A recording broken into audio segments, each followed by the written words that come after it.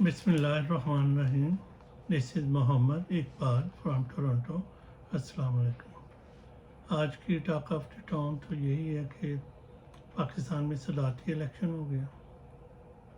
पाकिस्तान की फ़ौज ने, पाकिस्तान के मिलिट्री इस्टेब्लिशमेंट ने, पाकिस्तान की डीप स्टेट ने फॉर्म 47 के वोट से जनाब आसिफ जरदारी को सदर मुंतखब करवा लिया है और कौम पर मुसल्लत कर दिया है। आज हम पहले थोड़ा सा ये देखते हैं कि आसिफ जरदारी है कौन। आप आसिफ जरदारी साहब 26 जुलाई 1955 को पैदा हुए। आपने इब्तदाई तालीम के बाद जब कॉलेज में पहुंचे तो कॉलेज से ड्रॉप आउट हो गए, कॉलेज के आगे तालीम मुकम्मल नहीं कर सके।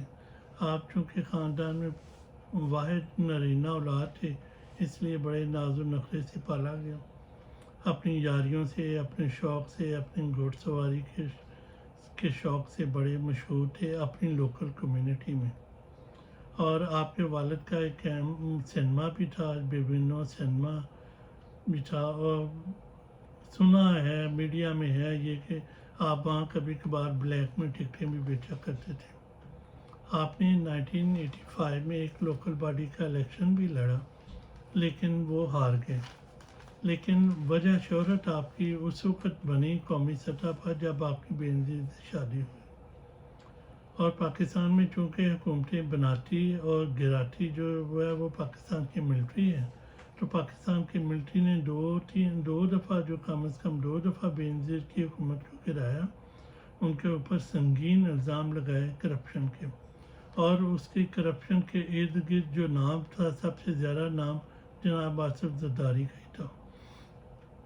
आप तकरीबन 10 साल जेल में भी रहे करप्शन के चार्जेस में। कोटेकना का बड़ा मशहूर, एक कोटेकना की कंपनी थी, उसके किकबैक का केस बड़ा मशहूर था। उसमें $60 मिलियन की एक अमाउंट स्विस बैंक्स में पड़ी थी।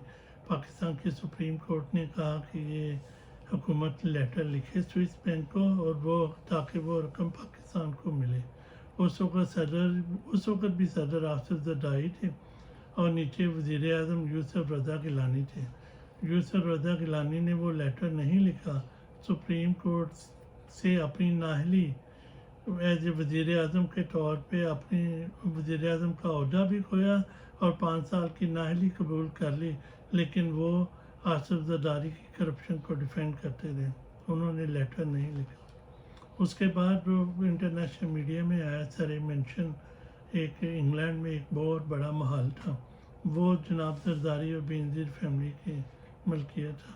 पहले आप इनकार करते थे, लेकिन बाद में आपने मान लिया कि ये सरे मेंशन मेरा ही है, कर लो जो करना। तो ये है उनका एक ख़ानदान जिसको हमारी मिलिट्री इस्टेब्लिशमेंट हमें पढ़ाती रही, ये करप्ट तरीन ख़ानदान है। और रिसेंट हिस्ट्री में नैब ने इनके केस पकड़े, बेनामी अकाउंट्स में अरबों रुपए की लेन देन थी, कोई पापड़ वाला, कोई नौकर है। और यही हाल है शहबाज शरीफ फैमिली का, नवाज शरीफ फैमिली। शहबाज शरीफ फैमिली पे वो बाप बेटे दोनों के नाम पे उन्होंने अपने नौकरों के नाम पे अकाउंट खुलवाए थे। उन्होंने उनमें अरबों रुपए की लेन देन थी, आ जा रहे थे। जब इनसे पूछा जाता था वो पैसे किधर से आए, तो कहते हमें नहीं पता किधर से आए। यही हाल है नवाज शरीफ साहब का। नवाज शरीफ के जो पनामा केस में GIT बनी, उसमें पाकिस्तानी फ़ौज के लोग बैठे थे, ISI के लोग, मिलिट्री इंटेलिजेंस के लोग।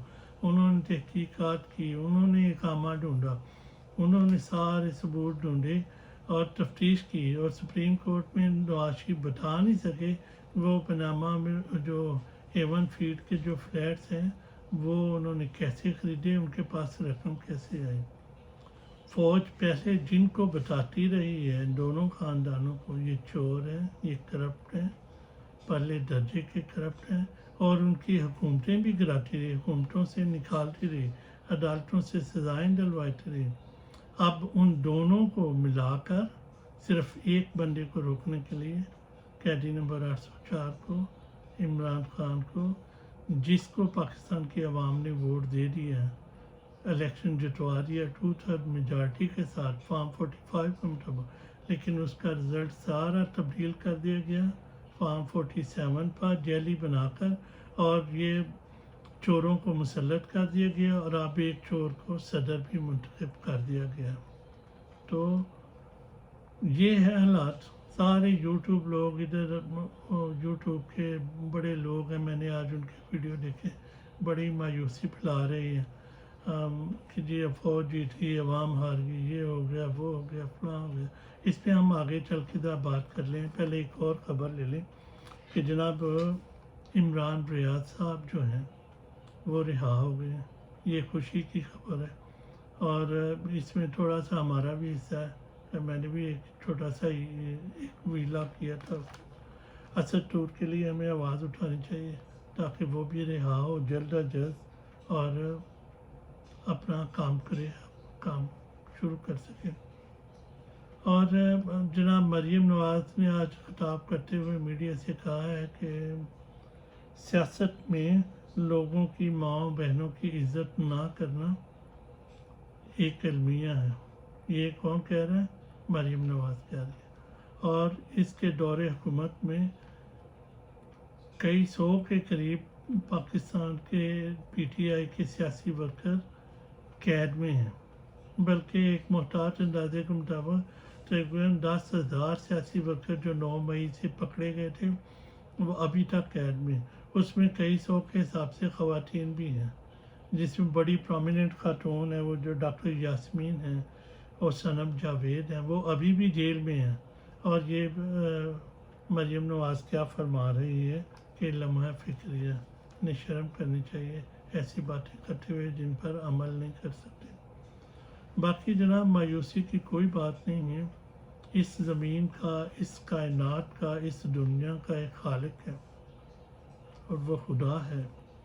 مایوسی جو ہے کفر ہے اور خدا نے یہ نظام، یہ دنیا جو ہے وہ ابھی شیطان کے حوالے نہیں کی ہے. خدا کہتا ہے کہ جو قوم اپنے آپ کو تبدیل کرنے کے لیے سفر شروع کرتی ہے، اپنی حالت کو بدلنے کا سفر شروع کرتی ہے، خدا کہتا ہے میں اس کی مدد کرتا ہوں.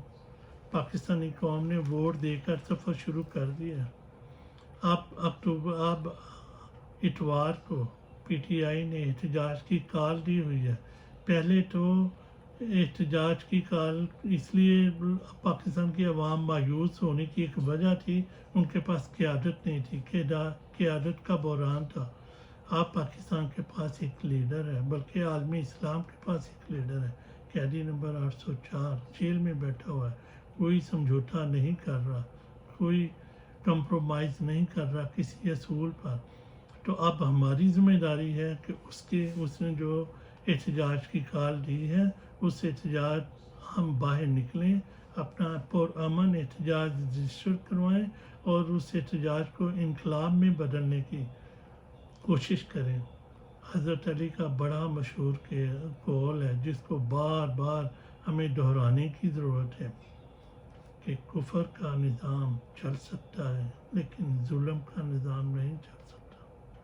یہ جو پچھلے 22 ماہ سے جو معاشرے میں ظلم ہو رہا ہے خدا اس کو دیکھ رہا ہے. یہ نظام نہیں چل سکتا. اگر ہم مسلمان ہیں تو ہمارا اس پہ یقین ہونا چاہیے اور ہمیں اس پہ سٹرگل کرنی ہے. یہ نظام پلٹے گا. یہ عارضی سسٹم ہے. یہ فوج عوام کے منتخب نمائندوں کی حکومت نہیں ہے، عوام کے ووٹ سے بنی نہیں ہے. یہ ظلم اور جبر کے ساتھ مسلط کیا گیا نظام ہے اور یہ نظام جو ہے یہ نہیں چلے گا. کفر کا نظام تو چل سکتا ہے، ظلم کا نظام نہیں چلے گا. اس پہ ڈیپینڈ کرتا ہے کہ ہم کیسے کل باہر نکلتے ہیں اور احتجاج میں بڑھ چڑھ کر حصہ نکلتے ہیں اور میسیج دیتے ہیں پاکستان کے ملٹری اسٹیبلشمنٹ کو کہ انف از انف. آپ لوگوں کو بیرکوں میں واپس جانا ہوگا اور پاکستان کو ایک ڈیموکریٹک فلاحی اسلامی ریاست بننا ہوگا. اس کو بننے سے کوئی نہیں روک سکتا. اب تک اتنا ہی، ملتے ہیں پھر. خدا حافظ.